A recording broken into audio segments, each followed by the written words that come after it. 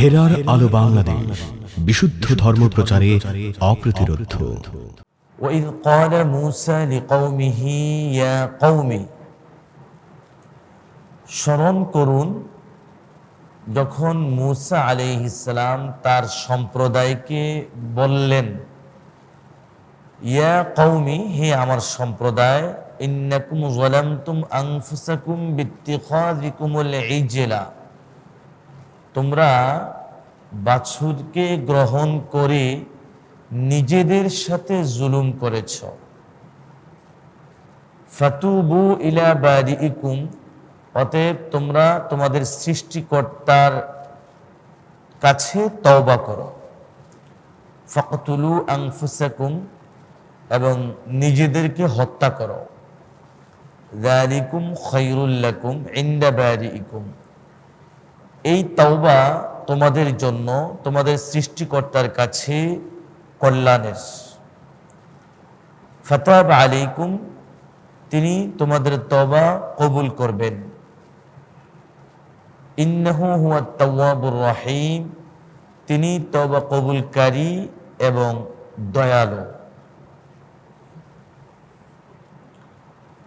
সংক্ষেপে যদি আমরা আমাদের আজকের এই আয়াতের তাফসির বলি,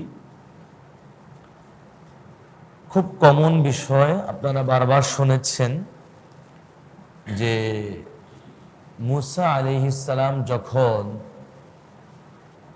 তার কওমের ৭০ জন লোককে নিয়ে তুর পর্বতে গেলেন, ৪০ দিন অবস্থান করলেন সেখানে, তাওরাত আনার জন্য গিয়েছেন মূলত। এরই মধ্যে এদিকে বনি ইসরাইল বাছুরের পূজা করতে শুরু করেছে।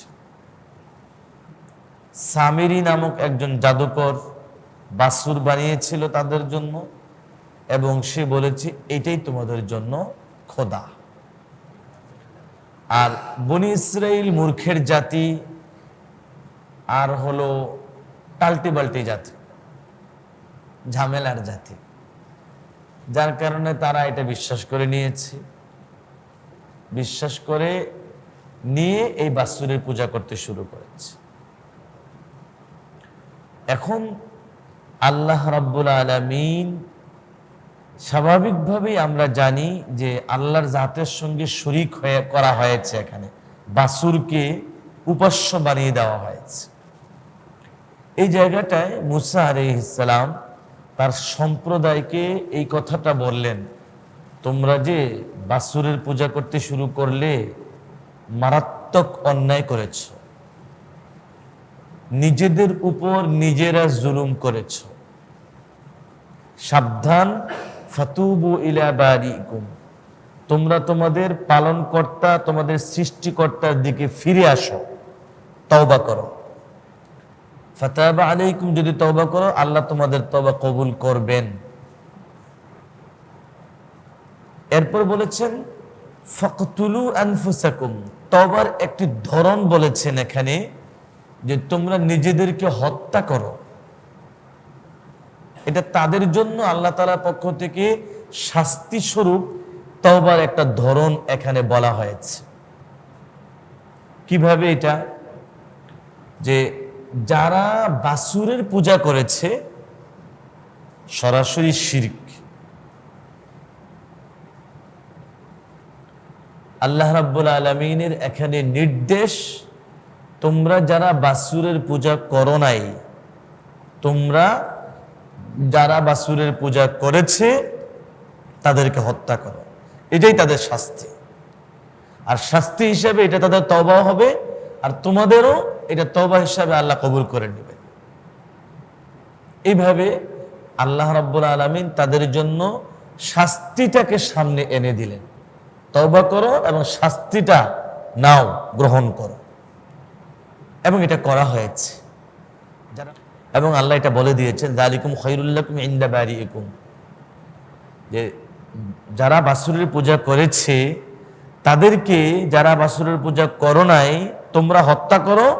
আর এই ধরনের তওবাটা তোমাদের জন্য আল্লাহর কাছে, ইনদা বারিইকুম, তোমাদের পালনকর্তার কাছে কল্যাণের, ভালো। অপরাধ করেছো, শাস্তির সম্মুখীন হও। এটাই আল্লাহ পছন্দ করে। ফাতাবা আলাইকুম, তওবা করলে আল্লাহ তওবা কবুল করবেন। এটা কাজটা করো, এটা করা হয়েছে। ইন্নাহু হুয়াত তাওয়াবুর রহিম, আল্লাহ তওবা কবুলকারী এবং পরম দয়ালু। وَإِذْ قُلْتُمْ يَا مُوسَى لَن نُّؤْمِنَ لَكَ حَتَّى نَرَى اللَّهَ جَهْرَةً فَأَخَذَتْكُمُ الصَّاعِقَةُ وَأَنْتُمْ تَنْظُرُونَ। তরজমা লক্ষ্য করুন, স্মরণ করুন যখন তোমরা মূসা আলাইহিস সালামকে বলেছিলে যে আমরা বিশ্বাস করব না ওই পর্যন্ত, যে পর্যন্ত না আমরা আল্লাহকে সরাসরি দেখব। ফলে তোমাদেরকে বজ্রপাত গ্রাস করে নিয়েছে আর তোমরা চেয়ে চেয়ে দেখেছ। তর্জমা করলাম। ব্যাপারটা কি? ব্যাপারটা হলো এখানে আল্লাহ তাআলা ওই ঘটনার দিকে ইঙ্গিত করেছেন। মূসা আলাইহিস সালাম 70 জনকে নিয়ে তুর পর্বতে গিয়েছিলেন তাওরাত আনার জন্য।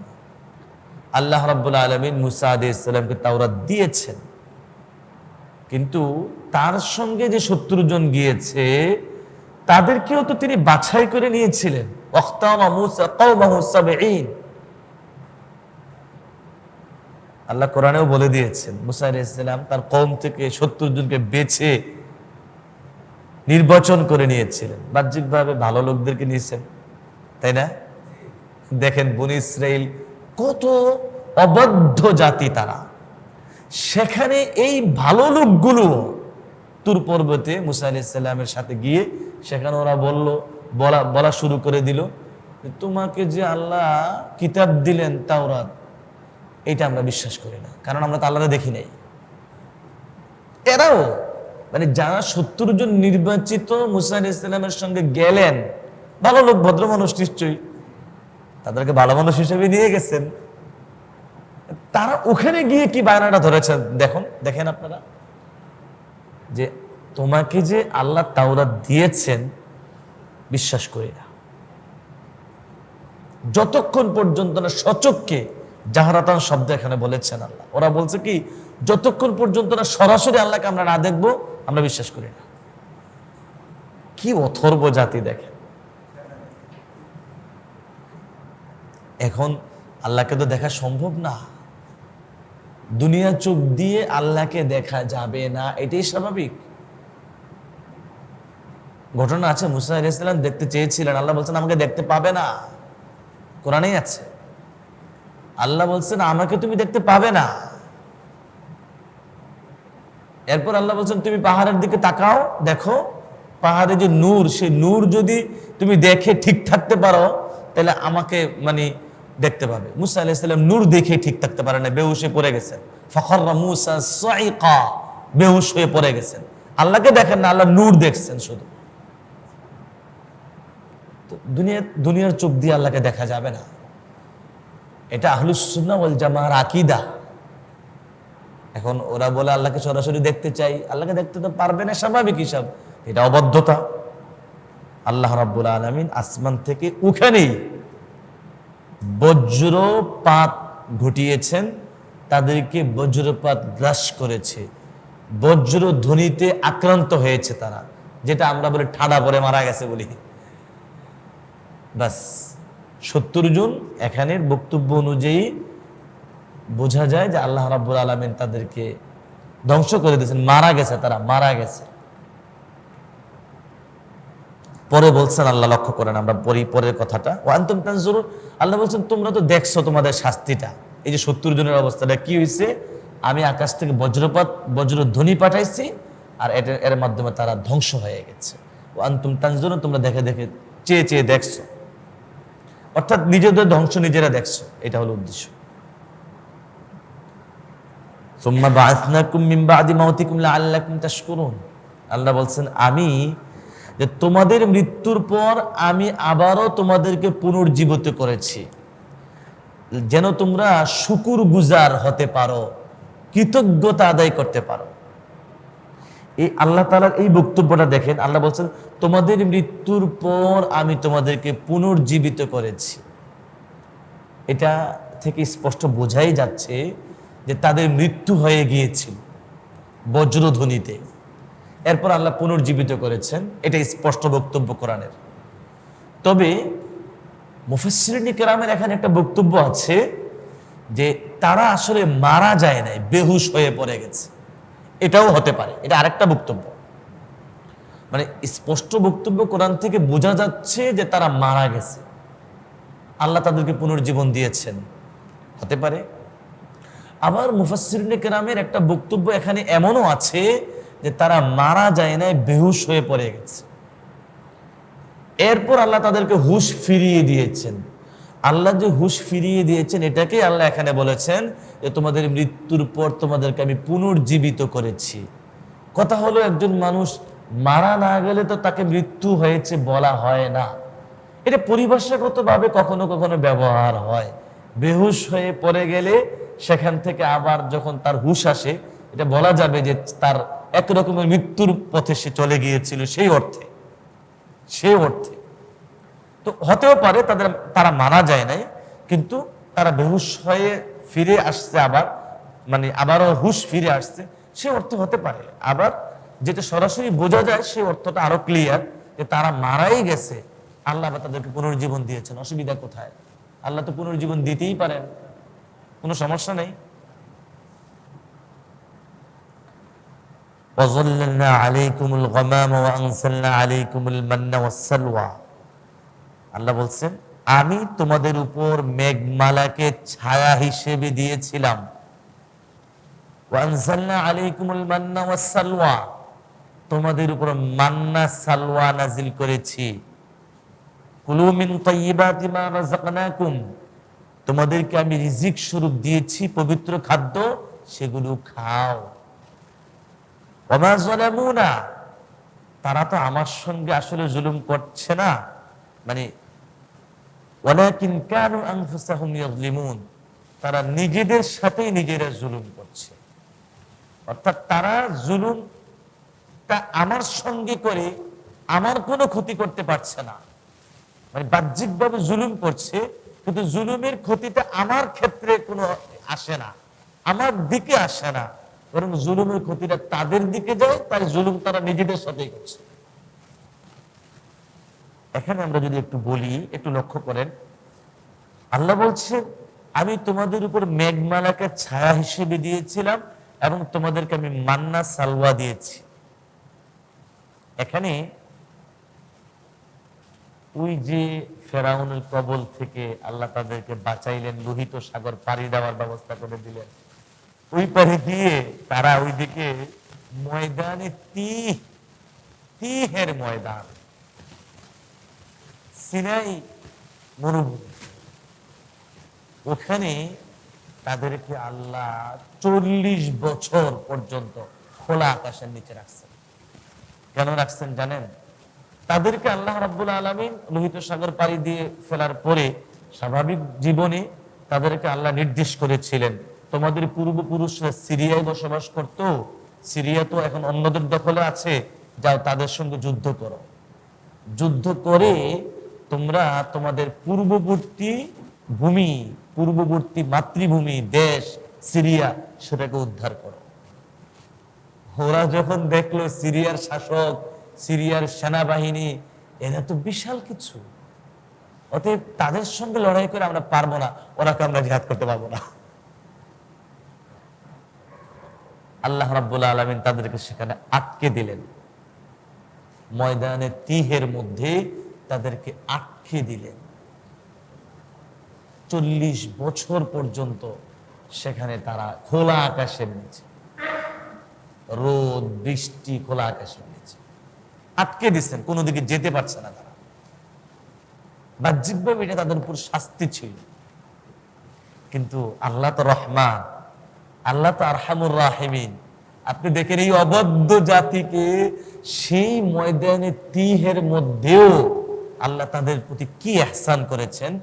প্রচন্ড রোদ, অসহ্য রকমের গরম, আল্লাহ মেঘমালাকে ছায়া হিসেবে দিয়েছেন তাদের উপর। সেখানে ওয়াযাল্লালনা আলাইকুমুল গামামা, আমি তোমাদের উপর মেঘমালাকে ছায়া বানিয়ে দিয়েছিলাম। সেখানে এই ময়দানে তিহের মধ্যে খাবে কি? ওয়ানজালনা আলাইকুমুল মান্না ওয়াসসালওয়া, আল্লাহ তাদের জন্য মান্না সালওয়া নাজিল করে দিয়েছেন। মান্না একটা হালুয়া জাতীয় খাদ্য, সালওয়া পাখি। পাখিটা বুনা হয়ে তাদের জন্য চলে আসতো আল্লাহর পক্ষ থেকে গায়েবী ভাবে, এটা হতে পারে। অথবা এটাও আছে যে পাখিগুলো তাদের হাতের নাগালে চলে আসতো, ঝাঁকে ঝাঁকে তাদের হাতের নাগালে চলে আসতো, তারা সহজেই ধরতে পারত, ধরে সেটাকে খাবারের জন্য প্রসেসিং করে রান্না করে তারা খেতে পারত। এ হলো সালওয়া পাখি। আর মান্না হালুয়া জাতীয় খাবার। সকালে ঘুম থেকে উঠে গাছের পাতায় পাতায় শিশিরের মতো হালুয়া পাইতো তারা, এই হালুয়া খাইতো তারা। আল্লাহ ব্যবস্থা করে দিয়েছেন। খাবে কি? ময়দানে পাগলের মতো ঘুরাঘুরি খোলা আকাশের নিচে কি খাবে? সেখানেও আল্লাহ ইহসান করেছেন তাদেরকে। মান্না সালওয়া খাবার গায়েবী ভাবে আল্লাহ তাদেরকে দিয়েছে। এখন কুলু মিন তাইয়্যিবাতি মা রাযাকনাকুম, আল্লাহ বলেছেন রিজিক হালাল পবিত্র রিজিক খাদ্য খাও, খেতে থাকো। আমা যালামুনা ওয়ালাকিন কানু আনফুসাহুম ইয়াযলিমুন। এই ঘটনা এখানে এই পর্যন্ত শেষ, যতটুকু বলেছেন আল্লাহ। অর্থাৎ তারা ময়দানে তিহে দীর্ঘ সময় পর্যন্ত থাকা এবং আকাশ থেকে আল্লাহ রাব্বুল আলামিন মেঘমালা পাঠিয়ে তাদেরকে ছায়া দেওয়া, মান্না সালওয়া হিসেবে তাদের জন্য খাবার দেওয়া, এগুলো এখানে হয়েছে লম্বা সময় পর্যন্ত। এরপরে আসেন وَإِذْ قُلْنَا ادْخُلُوا هَذِهِ الْقَرْيَةَ فَكُلُوا مِنْهَا حَيْثُ شِئْتُمْ رَغَدًا وَادْخُلُوا الْبَابَ سُجَّدًا وَقُولُوا حِطَّةٌ نَغْفِرْ لَكُمْ خَطَايَاكُمْ وَسَنَزِيدُ الْمُحْسِنِينَ।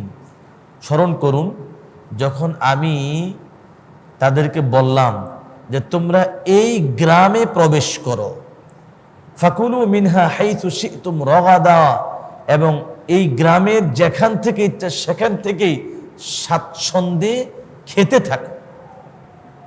ওয়াদখুলুল বাবা সুজ্জাদান, মাথাটাকে নত করে তোমরা এই শহরের গেট দিয়ে প্রবেশ করো, এই গ্রামের গেট দিয়ে প্রবেশ করো।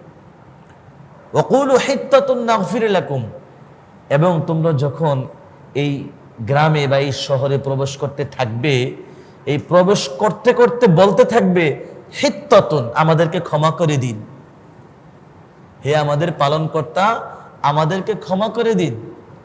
তো নাগফির লাকুম, আল্লাহ বলছেন এটা যদি তোমরা বলো আমি তোমাদেরকে ক্ষমা করে দেব। খতায়াকুম নাগফির লাকুম খতায়াকুম, তোমাদের ভুলগুলো আমি, অপরাধগুলো আমি ক্ষমা করে দেব। ওয়াসানাজিদুল মুহসিনিন, এভাবেই আমি সৎকর্মকারীদের পুণ্যকে বাড়িয়ে দেই। একটু লক্ষ্য করে আল্লাহ বলছেন যে তোমরা এই গ্রামে প্রবেশ করো। ময়দানে তিহের পরে লড়াই করতে তো অস্বীকার করলো, গেল না লড়াই করতে। এখন কি করবে? কোথায় যাবে? এখানে তো আসলে কতদিন খোলা আকাশের নিচে থাকবে। এখন আল্লাহ তাআলার পক্ষ থেকে ইহসান স্বরূপ ফয়সালা হয়েছে আরিহা নামক অঞ্চলে, অথবা মুফাসসিরিন কেরামের বক্তব্য হচ্ছে এই হাদিহিল ক্বরিয়া, এই গ্রাম বলতে বাইতুল মুকাদ্দাসকে বলেছেন আল্লাহ। হয়তো বাইতুল মুকাদ্দাস অথবা আরিহা নামক অঞ্চল, ওইখানেই, ওই আশেপাশে। আল্লাহ বলছেন এই অঞ্চলে ঢুকো, প্রবেশ করো,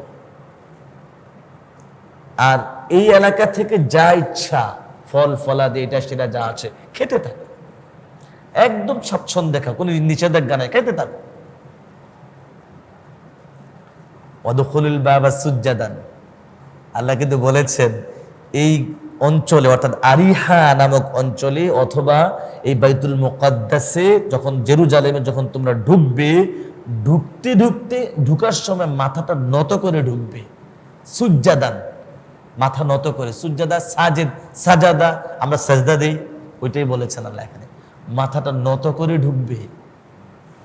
আর ওয়াকুলু হিত্তাতুন নাগফির লাকুম, আল্লাহ বলেছেন এখানে ঢোকার সময় তোমরা আবার মুখে বলতে থাকবে আমাদেরকে ক্ষমা করে দিন, আল্লাহ আমাদেরকে ক্ষমা করে দিন, আল্লাহ আমাদেরকে ক্ষমা করে দিন, বলতে বলতে ঢুকো।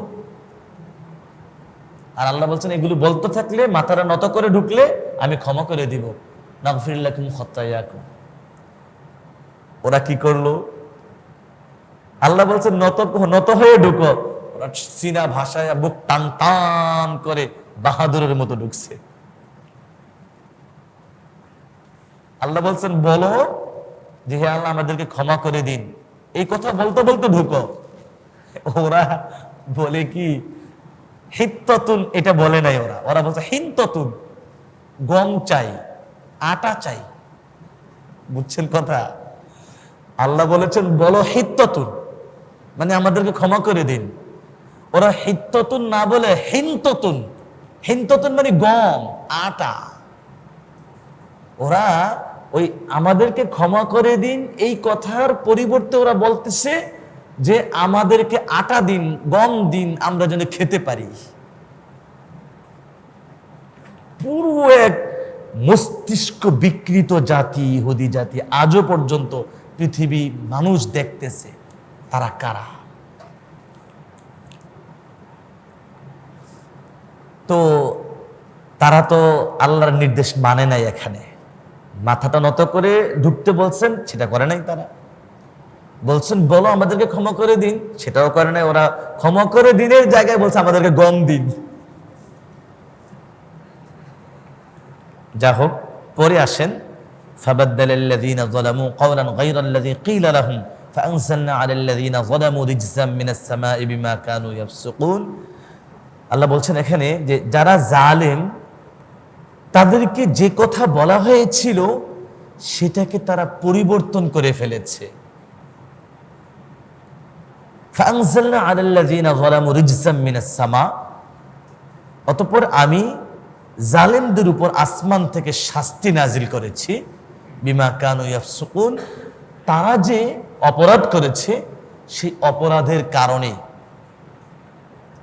মানে বিষয়টা তো স্পষ্ট যে তাদেরকে আল্লাহ বলেছেন মাথা নত করো। ওরা মাথা নত করবে, তাদের মাথাটা ভাসায়, বুক ভাসায় টান টান করে ঢুকছে। আল্লাহ বলছেন বলো ক্ষমা, ক্ষমা চাই, ক্ষমা চাই।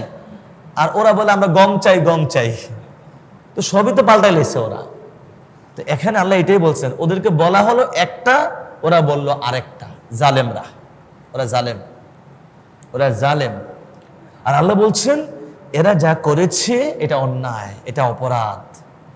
এই অন্যায় অপরাধের কারণে আসমান থেকে আমি তাদের জন্য গজব নাজিল করেছি, এবং এই গজবে তারা ধ্বংস হয়েছে। সেটা কি? আল্লাহ তাআলা তাদের জন্য প্লেগ রোগ, মহামারীর তাদের উপর দিয়েছেন শাস্তি স্বরূপ, এবং তারা একদিনে 70,000 বনী ইসরাইল ধ্বংস হয়ে গেছে।